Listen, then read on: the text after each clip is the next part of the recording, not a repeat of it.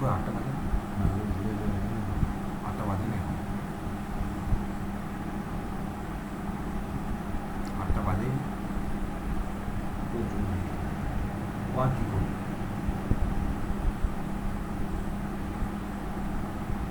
Admit হচ্ছে কজন হলো? 10 জন টোটাল। আর বলছি গুড মর্নিং এভরিওয়ান। আমার কথাটা শোনা যাচ্ছে সবারই? একটু আমাকে রিপ্লাই দাও। তাহলে আজ আমি ক্লাসটা স্টার্ট করছি।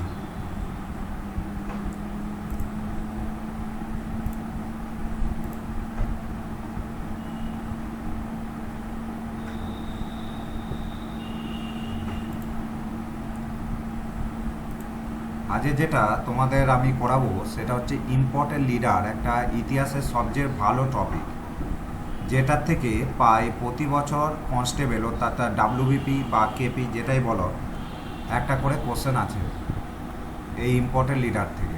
ইম্পর্টেন্ট লিডার বলতে যারা বিপ্লবী ছিলেন তাদের কিছু তুলে ধরেছি। যেমন প্রথমটা আমি যেটা বলবো, ডিরোজিও। ডিরোজিও তিনি এদেশের লোক নন, তিনি লন্ডনের লোক। তিনিও আমাদের আইএনসি অর্থাৎ ন্যাশনাল মুভমেন্টের সাথে যোগ ছিলেন। কীভাবে দেখো, তিনি ইয়ং বেঙ্গল মুভমেন্টের প্রতিষ্ঠাতা ছিলেন। ইয়ং বেঙ্গল মুভমেন্টের তিনি প্রতিষ্ঠাতা ছিলেন। তিনি 1826 থেকে 1828 সাল পর্যন্ত একাডেমিক অ্যাসোসিয়েশন প্রতিষ্ঠা করেছিলেন। একাডেমিক অ্যাসোসিয়েশন, এখান থেকে কীভাবে কোশ্চেন আসবে না, প্রথমে বলতে পারে যে কে ইয়ং বেঙ্গল মুভমেন্ট প্রতিষ্ঠা করেছিলেন, 4টে অপশান দিয়ে দিল, তখন সেখানে ডিরোজিও করতে হবে। তারপর তৃতীয় নম্বর পয়েন্টটা কি, তিনি হিন্দু কলেজের টিচার ছিলেন। এটা তেমনভাবে ইম্পর্টেন্ট নয়, তবু আমার মনে হয়েছে এটা রাখার, তাই রেখেছি। তারপর একটা খুবই ইম্পর্টেন্ট, অনেক পরীক্ষাতে দেখা গেছে, তার লেখা কবিতার নাম কি, ইন্ডিয়া মাই নেটিভ ল্যান্ড। খুব ইম্পর্টেন্ট এটা। আর তার ছদ্মনাম ছিল জিউভেন্স, এসব এখানে জিউভেন্স, এটাও পড়ে। তাহলে ডিরোজিও থেকে আমরা যে 5টা পোর্শন দেখতে পেলাম, অর্থাৎ 5টা এমসিকিউ, সেগুলো কী কী আরেকবার বলে দিই। ইয়ং বেঙ্গল মুভমেন্টের তিনি প্রতিষ্ঠাতা ছিলেন। তিনি 1826 থেকে 28 সাল পর্যন্ত একাডেমিক অ্যাসোসিয়েশনের প্রতিষ্ঠা করেছিলেন এবং তার লেখা কবিতা হলো ইন্ডিয়া মাই নেটিভ ল্যান্ড এবং তার ছদ্মনাম হলো জিউভেন্স। এইটুকুর মধ্যে কারো প্রবলেম আছে আমাকে একটু বলতে পারো? আচ্ছা, সব শোনা যাচ্ছে তো ভালোভাবে? ঠিক আছে, তারপরে আমি যাচ্ছি দেবেন্দ্রনাথ টেগর। মেনলি যেটা পড়ে তার জন্মস্থান কোথায়। আগামী 2-3 বছর কলকাতা ডাব্লিউবিপি এসআই বলো, ডাব্লিউবিপি কনস্টেবল বলো, একটা করে লিডারের তোমার জন্মস্থান তুলে দিচ্ছে। তার জন্য আমার মনে হলো এটা রাখার। জন্মস্থান কলকাতা, তাকে মহর্ষি নামে ডাকা হয়। খুবই ইম্পর্টেন্ট জিনিস, কাকে মহর্ষি নামে ডাকা হয়, 4টে অপশান দেবে, দেবেন্দ্রনাথ টেগর। তৃতীয়টা ছিল তোমার রামমোহন রায়ের পর তিনি বঙ্গ সমাজের গুরুত্বপূর্ণ নেতা ছিলেন, বলতেই পারে এটা, যে রাজা রামমোহন রায়ের পর কে বঙ্গ সমাজের হাল ধরেছিলেন। 4টে অপশান দেবে, সেটা হচ্ছে তোমার দেবেন্দ্রনাথ টেগর। এবছর ডাব্লিউবিসিএসে একটা কোশ্চেন এসেছিল, সেটা হচ্ছে তত্ত্ববোধিনী সভা কে প্রতিষ্ঠা করেন, তত্ত্ববোধিনী পত্রিকা, এই 4র্থ নাম্বারটা, 5ম নাম্বারটা, কে প্রতিষ্ঠা করেন। এটা 1853 হবে। 1853-তে তিনি তত্ত্ববোধিনী পত্রিকা প্রতিষ্ঠা করেন এবং তত্ত্ববোধিনী পত্রিকার প্রথম প্রকাশক ছিলেন অক্ষয় কুমার দত্ত। খুব ইম্পর্টেন্ট জিনিস এটা। এই দেবেন্দ্রনাথ টেগর থেকে তোমাদের 2টো কোশ্চেন খুবই ইম্পর্টেন্ট। এরপর তারপরেরটাই আমি চলে যাব রাধাকান্তনাথ দে। 1817 সালে তিনি হিন্দু কলেজের প্রতিষ্ঠা করেন। 1829 সালে তিনি ধর্মসভা প্রতিষ্ঠা করেন।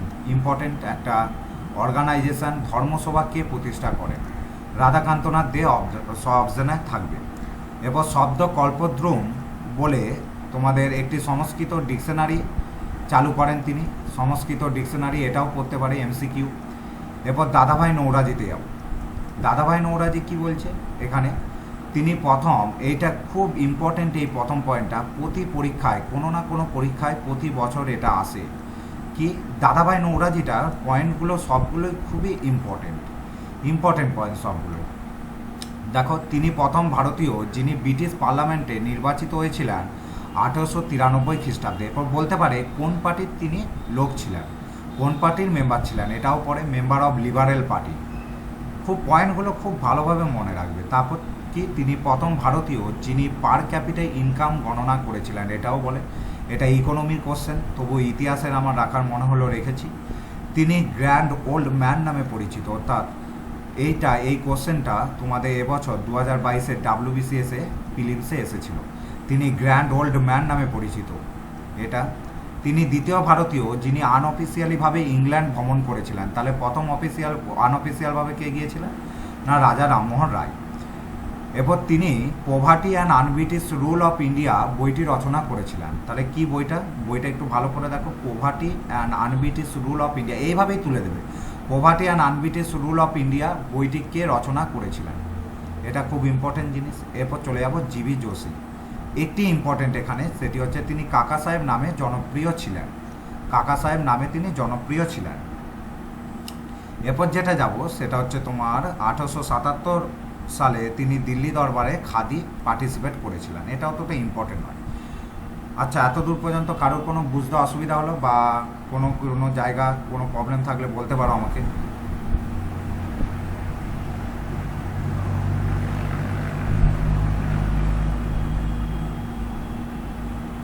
চলো এরপর যাই এমজি রানাডে। এটাও একটা গুরুত্বপূর্ণ ব্যক্তিত্ব। তিনি Socrates of western India, father of western India renaissance নামে পরিচিত ছিলেন। তাহলে কি কি, সক্রেটিস্ট অফ ওয়েস্টার্ন ইন্ডিয়া এবং ফাদার অফ ওয়েস্টার্ন ইন্ডিয়ার রেনেসাস নামে তিনি পরিচিত ছিলেন। তিনি জিকে গোখেল এর পলিটিক্যাল গুরু ছিলেন। অনেক পরীক্ষায় এসেছে যে জিকে গোখেলের পলিটিক্যাল গুরুর নাম কি ছিল, না তখন উত্তর হবে এমজি রানাডে। তিনি প্রার্থনা সমাজ গড়ে তোলেন, আলাদাভাবে আসে এটা। প্রার্থনা সমাজ কে তৈরি করেন, এমজি রানাডে। 1878 খ্রিস্টাব্দে তার সময় ইন্ডিয়ান ন্যাশনাল কনফারেন্স গড়ে ওঠে। তাহলে এই অর্গানাইজেশনটা কখন গড়ে ওঠে, না তোমার এমজি রানাডের বেলায় 1878 সালে। তিনি উইডো রিম্যারেজ মানে বিধবা বিবাহ ম্যারেজ অ্যাসোসিয়েশন এবং ডেকান এডুকেশন সোসাইটি গড়ে তোলেন কত সালে, 1884 সালে। তাহলে এগুলো গুরুত্বপূর্ণ ইনস্টিটিউশন অর্থাৎ অর্গানাইজেশন, সেগুলো কে করে তোলে সেগুলো বলতেই পারে এমজি রানাডে। এরপর চলে আসে শিশির কুমার ঘোষ। এই পয়েন্টটা খুবই ইম্পর্টেন্ট। অমৃতবাজার পত্রিকা কে শুরু করেন, শিশির কুমার ঘোষ 1868 সালে। আর একটা পয়েন্ট আছে, তিনি বিজি তিলকের পলিটিক্যাল গুরু ছিলেন। তাহলে বিজি তিলকের পলিটিক্যাল গুরু কে ছিলেন, না বলতে পারে তখন শিশির কুমার ঘোষ। এগুলো সবই ইম্পর্টেন্ট, প্রত্যেকটা পয়েন্ট মন দিয়ে পড়তে হবে আমাদের। এস.এন. ব্যানার্জি অর্থাৎ সুরেন্দ্রনাথ ব্যানার্জি, জন্মস্থান কোথায়, কলকাতা, পড়তে পারে। এরপর তিনি পরিচিত ছিলেন কি কি, ফাদার অফ ইন্ডিয়ান ন্যাশনালিজম, এটা important. Uncrowned king of Bengal, Burke of India এবং রাষ্ট্রগুরু। এই নামগুলো খুব ভালোভাবে মনে রাখবে। একটা তুলে দিয়ে 4টে অপশান দিয়ে বলতে পারে এটা কাকে পরিচিত ছিলেন এই নামে। তিনি প্রথম ভারতীয় যিনি ICS পরীক্ষায় ডিসমিস হয়েছিলেন, এটা একটা important point. A nation in making নামে বইটি রচনা করেন। এটা প্রায় প্রত্যেকটা পরীক্ষা দেখা গেছে। এ নেশন ইন মেকিং বইটি কে রচনা করেছিলেন, এস.এন. ব্যানার্জি। তিনি বেঙ্গলি পত্রিকার এডিটর ছিলেন, এডিটর ছিলেন, এটা ভুল করে লেখা আছে, এডিটর ছিলেন, যেটির প্রতিষ্ঠাতা ছিলেন গিরিশচন্দ্র ঘোষ। অর্থাৎ বেঙ্গল পত্রিকার প্রতিষ্ঠাতা কে ছিলেন, গিরিশচন্দ্র ঘোষ। তার গুরুত্বপূর্ণ একটি উক্তি হলো we shall make the settle fact unsettled. এটাও পরীক্ষাতে আসে মোটামুটি প্রত্যেক বছর। WBCS-এ ঘুরে ফিরে এখান থেকে কোশ্চেন দেয়। তোমাদের KPSI বলো, ওয়েস্ট বেঙ্গল SI বলো, ওয়েস্ট বেঙ্গল পুলিশ বলো, কনস্টেবল বলো, এখান থেকেই কোশ্চেনগুলো পড়ে। তিনি বিপিনচন্দ্র পালের পলিটিক্যাল গুরু ছিলেন। অর্থাৎ বিপিনচন্দ্র পাল এর পলিটিক্যাল গুরু কে ছিলেন, না এস.এন. ব্যানার্জি। এই পেজটার মধ্যে কারোর অসুবিধা আছে একটু বলো আমাকে, তাহলে আমি পরেরটা শুরু করব। ঠিক আছে, আরম্ভ করছি।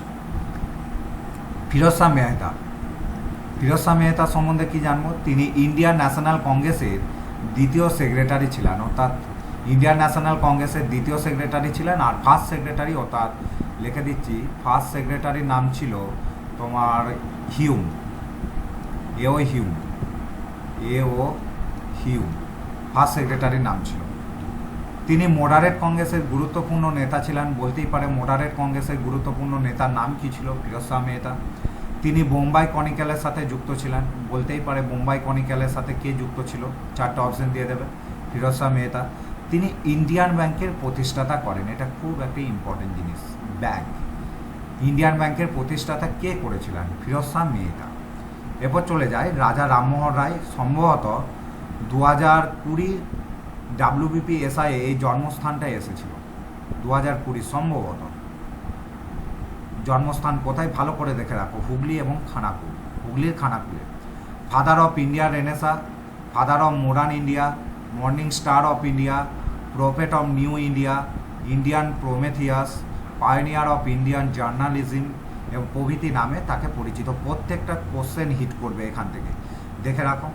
মোগল রাজা দ্বিতীয় আকবরের সময় রাজা উপাধি পেয়েছিলেন। রাজা উপাধিটা কে দিয়েছিল তাকে? তাহলে না, এই যে রাজা রামমোহন রায় বলছি আমরা, রাজা উপাধিটা দিয়েছিল মুঘল সম্রাট দ্বিতীয় আকবর।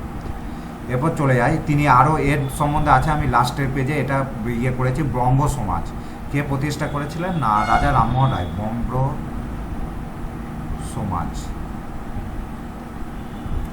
রাজা রামমোহন রায় প্রতিষ্ঠা করেছিলেন। এর জন্য এটা নিয়ে আলাদা আমার একটা পড়া আছে পেজ, সেটাতে দেখব আমরা। এরপর চলে যাব কেশবচন্দ্র সেন। কেশবচন্দ্র সেনের জন্মস্থান কোথায়? না, কলকাতা। তিনি ব্রহ্মানন্দ নামে পরিচিত ছিলেন। তিনি কি নামে পরিচিত ছিলেন? ব্রহ্মানন্দ। তিনি ব্রহ্ম সমাজ 1857 সালে যোগদান করেন। তিনি 1870 সালে ইন্ডিয়ান রিফর্মস অ্যাসোসিয়েশন গড়ে তোলেন, অর্গানাইজেশন এটাও। ইন্ডিয়া রিফর্মস অ্যাসোসিয়েশন কে গড়ে তোলেন? না, কেশবচন্দ্র সেন। তিনি ইন্ডিয়ান মিরর নামে একটি পত্রিকা, এই ইন্ডিয়ান মিরর দুজন করেছিলেন, আর একটু আসছি পরে, অ্যানি বাসেন সম্ভবত। তিনি ইন্ডিয়ান মিরর পত্রিকার এডিটর ছিলেন। খুব গুরুত্বপূর্ণ জিনিস। এই পেজটা কারোর অসুবিধা থাকলে বলবে, আর যেগুলো আমি খুব ভালোভাবে দাগ দিয়ে দিচ্ছি না, এগুলো খুবই ইম্পর্টেন্ট একটা গান, সেগুলো একটু ভালো করে দেখবে সবাই। পরে পেজে যাচ্ছে। এরপর আসি দয়ানন্দ সরস্বতী। আসল নাম কি ছিল? মূলশঙ্কর। তাহলে দয়ানন্দ সরস্বতী তার প্রাপ্ত নাম, মূলশঙ্কর তার আসল নাম। 19 শতকে হিন্দুত্বকে পুনরায় জীবিত করেছিলেন। এটাও একটা খুবই, বলতেই পারে 19 শতকে কে হিন্দুত্বকে পুনরায় জীবিত করেছিলেন? দয়ানন্দ সরস্বতী। তার লেখা বইগুলি, এখান থেকে স্ট্যাটিক জিকা আছে, সত্যার্থ প্রকাশ, বেদবাস্য ভূমিকা, এগুলো খুবই ইম্পর্টেন্ট। এই আমি যেগুলো দাগ দিয়ে দিচ্ছি একটু ভালো করে মনে রাখবে। একটা বই এখান থেকে দিয়ে দিলে। এরপর চলে যায় অ্যানি বাসেন্ট। তিনি আইরিশ মহিলা ছিলেন, ভারতীয় নয়। এটা বলতে পারে অ্যানি বাসেন্ট কোথাকার বা কোন দেশের মহিলা ছিলেন? আইরিশ মহিলা। 1893 সালে তিনি চিকাগো আন্দোলন যোগদান করেন। কার সাথে? স্বামী বিবেকানন্দের সাথে। বিবেকানন্দর সাথে। তিনি 1898 সালে বেনারস সেন্ট্রাল হিন্দু স্কুল প্রতিষ্ঠা করেন। খুব ভালো জিনিস, খুব ইম্পর্টেন্ট। বেনারস হিন্দু ইউনিভার্সিটিকে হিন্দু স্কুলকে প্রতিষ্ঠা করেন না অ্যানি বাসেন্ট, যেটিকে বেনারস হিন্দু ইউনিভার্সিটির কেন্দ্রবিন্দু হিসাবে ধরা হয়। কি কেন্দ্রবিন্দু? মানে স্কুলটা প্রথম প্রতিষ্ঠা হয়, তারপর সেটাকে ঘিরে একটা ইউনিভার্সিটি তৈরি হয়। কে তৈরি করে সেটা পরের পয়েন্টে আসে। 1915 থেকে 16 সালে বেনারস হিন্দু ইউনিভার্সিটি মদন মোহন মালব্য তৈরি করেন। কে তৈরি করেন? না, মদন মোহন মালব্য। তাহলে বলতেই পারে বেনারস হিন্দু ইউনিভার্সিটি কে তৈরি করেন? না, মদন মোহন মালব্য। এই প্রতিটা পয়েন্ট, একদম প্রতিটা পয়েন্ট ইম্পর্টেন্ট, যে কোনো মুহূর্তে কোশ্চেন আসবে এখান থেকে। 1916 খ্রিস্টাব্দে তিনি all India home rule League গড়ে তোলেন। কার সাথে? এটা বিজি তিলকের সাথে। বিজি তিলকের সাথে তিনি হোম রুল লীগ গড়ে তুলেছিলেন। এরপর যাব 1917 সালে ন্যাশনাল ইউনিভার্সিটি প্রতিষ্ঠা করেন। তাহলে ন্যাশনাল ইউনিভার্সিটি কে প্রতিষ্ঠা করেছিলেন? না, অ্যানি বাসেন্ট। প্লেসটা কোথায়? না, প্লেসটা হচ্ছে তোমার আদিয়া, যার প্রথম উপাচার্য ছিল রবীন্দ্রনাথ ঠাকুর। তাহলে বলতেই পারে ন্যাশনাল ইউনিভার্সিটি উপাচার্য কে ছিল? রবীন্দ্রনাথ টেগর। তিনি নিউ ইন্ডিয়া অ্যান্ড কমনওয়েলথ, এই দুটো খুব ইম্পর্টেন্ট। নিউ ইন্ডিয়া এবং কমনওয়েলথ নামে দুটি পত্রিকার এডিটর ছিলেন। এই পেজটা কারোর কোনো অসুবিধা আছে? আশা করি আমার কথাগুলো সবাই ভালোভাবে বুঝতে পারছো। এই প্রত্যেকটা ইম্পর্টেন্ট, আমি যেগুলো ইম্পর্টেন্ট সেগুলো আমি তুলে ধরেছি। এগুলো প্রত্যেকটা এমসিকিউ পয়েন্ট। চলো তারপরে যাই। তারপরে স্যার আহমেদ খান। স্যার আহমেদ খান। তাকে কি বলা হয়? মুসলিম রেনেসাস অফ ইন্ডিয়া। ইম্পর্টেন্ট, খুবই ইম্পর্টেন্ট। মুসলিম রেনেসাস অফ ইন্ডিয়ার জনক কাকে বলা হয়? না, sir Syed Ahmed Khan. Dual nation থিওরির জনক কে ছিলেন? একদম খুবই ইম্পর্টেন্ট, এগুলো প্রতিটাই ইম্পর্টেন্ট, কী আর বলবো তোমাদের। ডুয়েল নেশন থিওরি জনক ছিলেন তোমার স্যার সৈয়দ আহমেদ খান। তিনি 1864 সালে সায়েন্টিফিক সোসাইটি অফ আলিগড়ের প্রতিষ্ঠা করেন। আলিগড়ে প্রতিষ্ঠা করেছিলেন। 1875 সালে তিনি আলিগড় ইংরেজি মাধ্যমের একটি স্কুল চালু করেছিলেন। তাহলে বলতে পারে সায়েন্টিফিক সোসাইটি কে গড়ে তোলেন? না, তখন অপশানে অবশ্যই থাকবে স্যার সৈয়দ আহমেদ খান। আবার কোনো কোনো বলতে পারে কত সালে তৈরি হয়েছিল, তখন দেবে তৈরি হলে বলবে 65 সাল, আর যদি তৈরি কখন থেকে আরম্ভ হয় তখন 1864 সাল। এবার বলছে এই যে এরপর বলতে পারে আলিগড় আন্দোলন কে গড়ে তোলেন এবং কোথায় গড়ে তোলেন? দুটো কোশ্চেন হয়। আলিগড় আন্দোলন স্যার সৈয়দ আহমেদ খান গড়ে তুলেছিলেন কোথায়? না, এই যে আলিগড়ে ইংরেজি মাধ্যম স্কুলে গড়ে তুলেছিলেন, এই প্লেসে গড়ে তুলেছিলেন। 1877 সালে মোহামেডান অ্যাংলো ওরিয়েন্টাল কলেজের তিনি প্রতিষ্ঠাতা ছিলেন। তিনি পায়োনিয়ার নামে পত্রিকার এডিটর ছিলেন। পায়োনিয়ার, এই প্রত্যেকটা পত্রিকার, যদিও আমার আলাদা করে পিডিএফ ইংলিশে করা আছে যে কোন বইয়ের কে ছিল, এডিটর কে ছিল, সব এক জায়গায় করা আছে যাতে তোমাদের মুখস্থ করতে সুবিধা হয়। 1857 সালে রোট অন আজব লিখেছিল আজবি ভাগবতী হিন্দ। সব লেখাগুলোই আলাদা করে আমার করা আছে, পত্রিকা আলাদা করা আছে, তোমাদের কোনো প্রবলেম হবে না আশা করি। দেখো এই পেজটা কারোর কোনো প্রবলেম আছে? দেখো, নাহলে আমি পরের পেজে এগিয়ে যাব। ঠিক আছে, না স্যার, না। ঠিক আছে, আমি এগোচ্ছি তাহলে। বিদ্যাসাগর সম্ভবত 2017 এসআইয়ে পড়েছিল। এসআই WBCS এইটা আসে কোথায়? জন্মস্থান বীরসিংহ। কোথায় বীরসিংহটা? কোথায়? পশ্চিম মেদিনীপুর। ইম্পর্টেন্ট, এটাও ইম্পর্টেন্ট। 1856 7ই ডিসেম্বর উইডো রিম্যারেজ অর্থাৎ বিধবা বিবাহ অ্যাক্টের স্থপতি ছিলেন। কে ছিলেন? না, আমাদের বিদ্যাসাগর। এটা কিন্তু উইন্ডো রিম্যারেজ যে অ্যাক্ট আর MG রানাডে যেটা বললাম অ্যাসোসিয়েশন, দুটোর মধ্যে গুলিয়ে ফেলো না। অ্যাক্ট বললে দেখো ভালো করে বোঝো, অ্যাক্ট বললে বিদ্যাসাগর, আর যদি তোমাদের অর্গানাইজেশন অর্থাৎ ইনস্টিটিউশন বলে তখন MG রানাডে। এও বলছে অমলেশ ত্রিপাঠী তাকে ট্র্যাডিশনাল মডার্নাইজার বলে অভিহিত করেছেন। বলতেই পারে ট্র্যাডিশনাল মডার্নাইজারে তোমার কে বলেছিল বিদ্যাসাগরকে? কে ট্র্যাডিশনাল মডার্নাইজার বলেছিল? অমলেশ ত্রিপাঠী। এও বলছে বিদ্যাসাগর এবং বেথুন দুজনে মিলে 1849 সালে হিন্দু বালিকা বিদ্যালয় গঠন করেছিলেন, যার এখন নাম হচ্ছে বেথুন স্কুল। কলকাতার যে বেথুন স্কুল বলে না, সেটাই হচ্ছে তোমার হিন্দু বালিকা বিদ্যালয়, যার দুজন প্রতিষ্ঠাতা ছিলেন, বিদ্যাসাগর এবং বেথুন। এও বলছে তিনি 1858 সালে সোমপ্রকাশ পত্রিকা আরম্ভ করেছিলেন।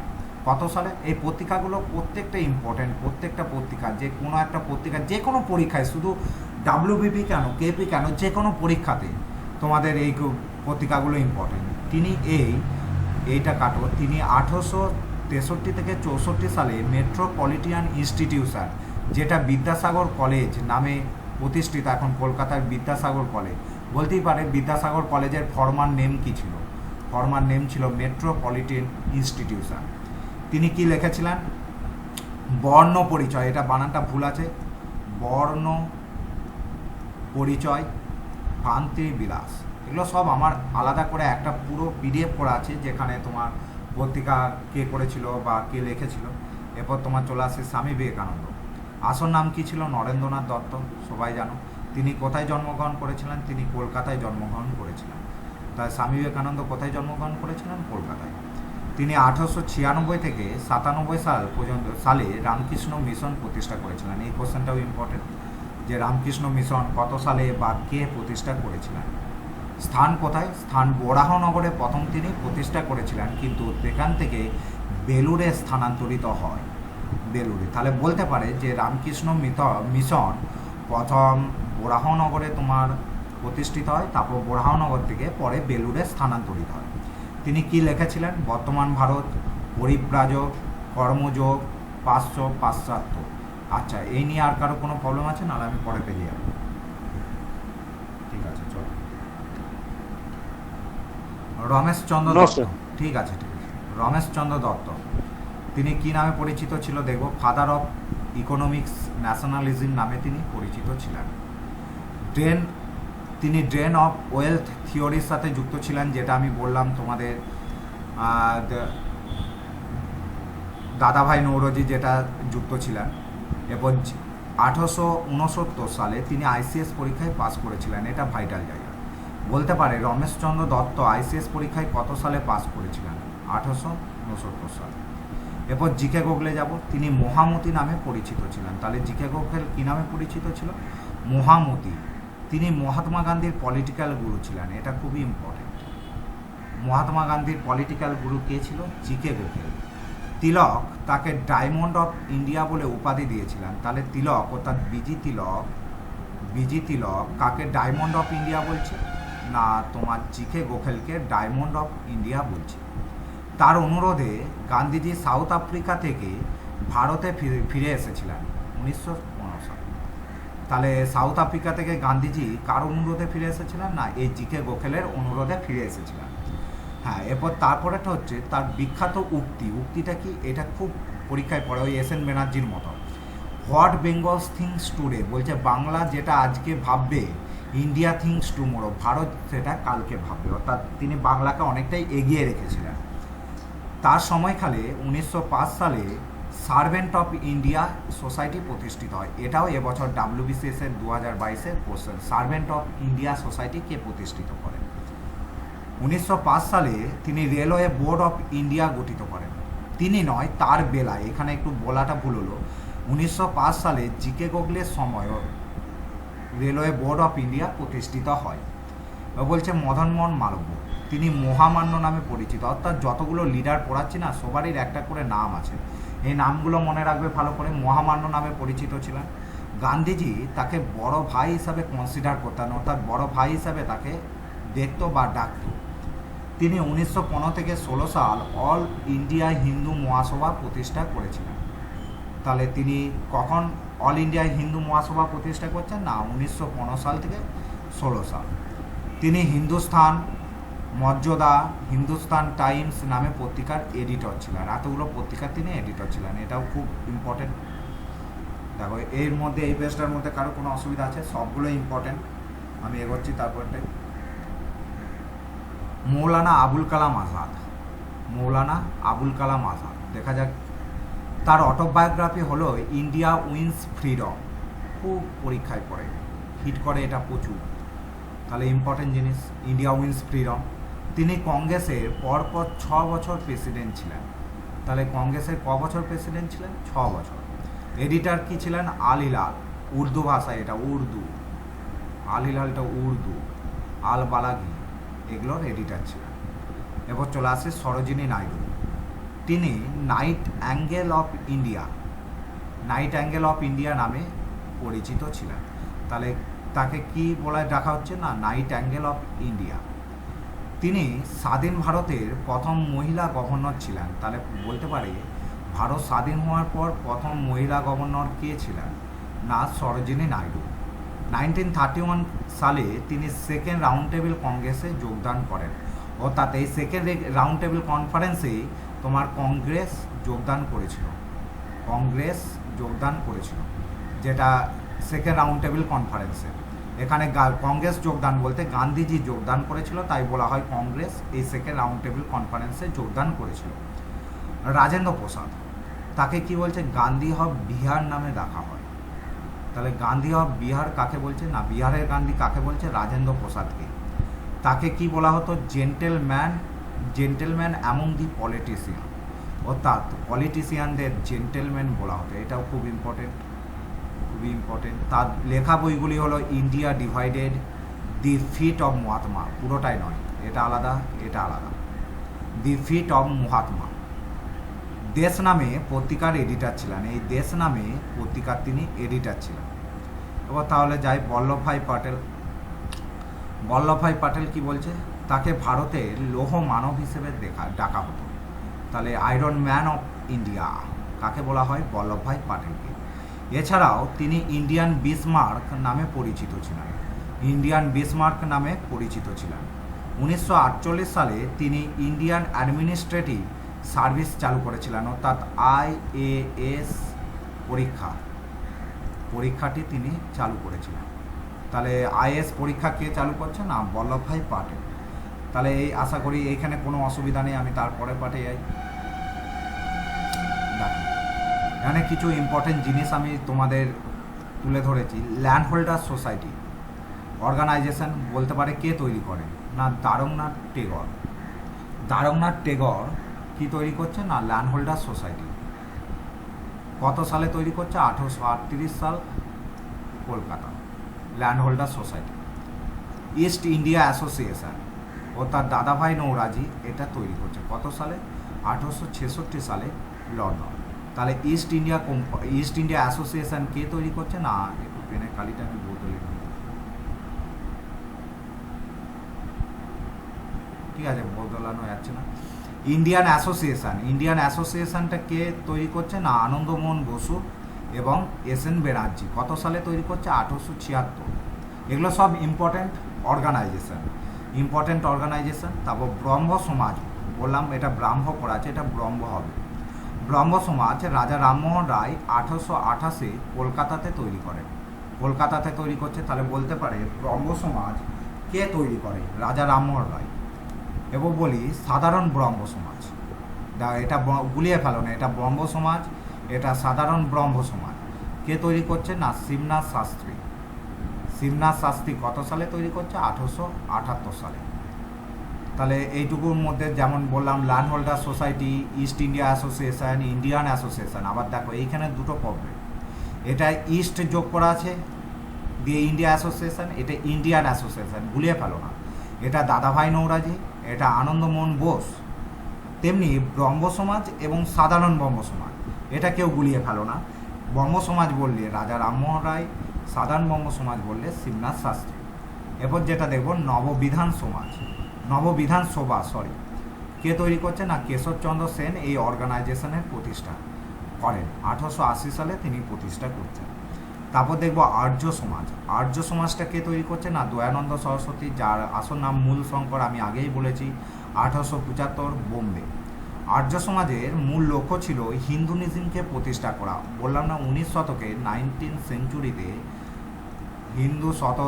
সেঞ্চুরিতে হিন্দুকে প্রতিষ্ঠাতা করা। প্রার্থনা সমাজ এমজি রানারে আত্মারাম পাণ্ডুরঙ্গ প্রার্থনা সমাজ তৈরি করেন। আত্মারাম পাণ্ডুরঙ্গ কোথায় তৈরি করেন? 1867 মহারাষ্ট্র। এই যে যেমন আর্য সমাজ বলা আছে 1875 বোম্বে, এই জায়গাগুলো মনে রাখবে যে আর্য বলতেই পারে যে আর্য সমাজ কোথায় তৈরি হয়েছিল, তখন বলতে হবে বোম্বেতে। তেমনি প্রার্থনা সমাজ কোথায় তৈরি হয়েছিল? সেটা হচ্ছে মহারাষ্ট্র। তারপর থিওসফিক্যাল সোসাইটি ম্যাডাম বালাভাস্কি, তিনি তৈরি করেন 1875 সালে ইউএসএতে। চলো তারপরে পেজে যাব, এটাই আমাদের লাস্ট তোমাদের পেজ। দেখো ব্রহ্ম সমাজ বললাম একটা আলাদা করে আছে, একটু ডিটেলসে পড়বো ব্রহ্ম সমাজের। 1815 সালে রাজা রামমোহন রায় আত্মীয় সভা প্রতিষ্ঠা করেন, অর্থাৎ 1815-তে ব্রহ্ম সমাজের নাম ছিল আত্মীয় সভা। তাহলে বুঝতে পারলে যে ব্রহ্ম সমাজের ফর্মাল নেম কী ছিল? আত্মীয় সভা বলতেই পারে। তা আবার আত্মীয় সভা কত সালে প্রতিষ্ঠিত হয়? বলতে পারে 1815 সালে। কে তৈরি করে? রাজা রামমোহন রায়। অর্থাৎ তিনটে কোশ্চেনে প্রথম পয়েন্টটা থেকেই আসতে পারে। দ্বিতীয় পয়েন্টটা কি বলছে? 1828 সালে রাজা রামমোহন রায় আত্মীয় সভার নামকরণ করেন কি? ব্রহ্মসভা। তাহলে এটা বলতে পারে। এখান থেকেও দেখো তিনটে কোশ্চেন, যে 1828 সালে ব্রহ্ম সমাজের নাম কি ছিল? না, ব্রহ্মসভা। আচ্ছা মাইকটা একটু বন্ধ করো, যে মাইকটা খুলে রেখেছে একটু বন্ধ করো। তারপর ব্রহ্মসভার প্রথম সেক্রেটারি ছিলেন কে? তারাচাঁদ, একসাথে হয়ে গেছে, এটা তারাচাঁদ ব্রহ্মসভার প্রথম সেক্রেটারি ছিলেন। এটা ডবল লেখা উঠেছে, এইখান থেকে দেখো, এইখান থেকে ব্রহ্মসভার প্রথম সেক্রেটারি ছিলেন তারাচাঁদ চক্রবর্তী। এটা কোশ্চেনে খুব হিট করে এই কোশ্চেনটা, যে ব্রহ্মসভার প্রথম সেক্রেটারি পদে নিযুক্ত কে ছিলেন? তারাচাঁদ চক্রবর্তী। এবার 1830 সালে তিনি আবার ব্রহ্মসভার নামকরণ করলেন ব্রহ্ম সমাজ। তাহলে ব্রহ্ম সমাজ মেনলি কত সালে আসছে? না, 1830। তাহলে এই পয়েন্টগুলো আমি আরেকবার বলে দিই তাড়াতাড়ি। 1815 সালে রাজা রামমোহন রায় আত্মীয় সভা গঠন করলেন, আত্মীয় সভা প্রতিষ্ঠা করলেন। 1828 সালে রাজা রামমোহন রায় আত্মীয় সভার নামকরণ করে রাখলেন বঙ্গসভার প্রথম সেক্রেটারি ছিলেন তারাচাঁদ চক্রবর্তী, সেটাও বলেছি।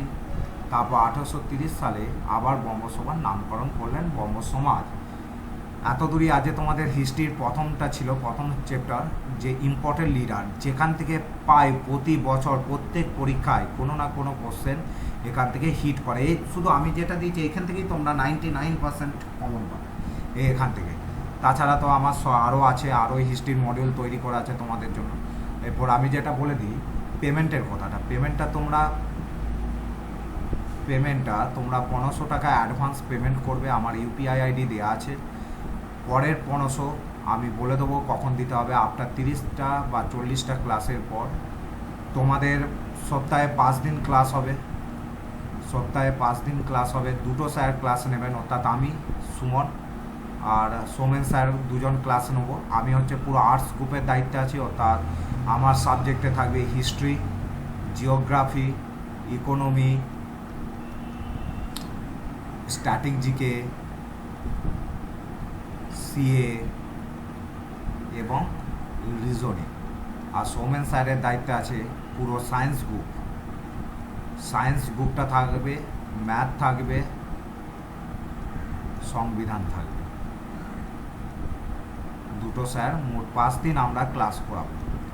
বলো এরপর আমি এখানে ক্লাসটা মানে ইয়েটা স্যার করছি, কারো কোনো প্রবলেম থাকলে আমাকে একটু বলতে পারো। কারো কোনো প্রবলেম আছে একটু আমাকে রিপ্লাই করো না। না স্যার, স্পষ্ট বুঝতে পারছি কথা। কষ্ট বুঝে যাচ্ছে তো? তাই আজকে ক্লাসটা কেমন লাগলো সবারই? ভালো লাগলো স্যার। ভালো লেগেছে তো? ঠিক আছে। হ্যাঁ। আর আমি আজকে রেকর্ডিং ভিডিওটা সব গ্রুপে আমি দিয়ে দিচ্ছি, কোনো অসুবিধা নেই। Okay sir.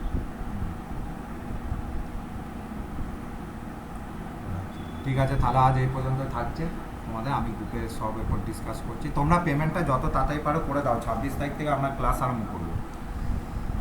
হ্যাঁ স্যার, দেখছি 1500 টাকা তো, আর একটু জোগাড় করতে 2-3 দিন দেরি হ্যাঁ, ও হচ্ছে। তো আমি ডেট দিয়েছি তো 26 তারিখ পর্যন্ত। ওকে স্যার, ওকে। ঠিক আছে, আমি এখানেই এন্ড করলাম।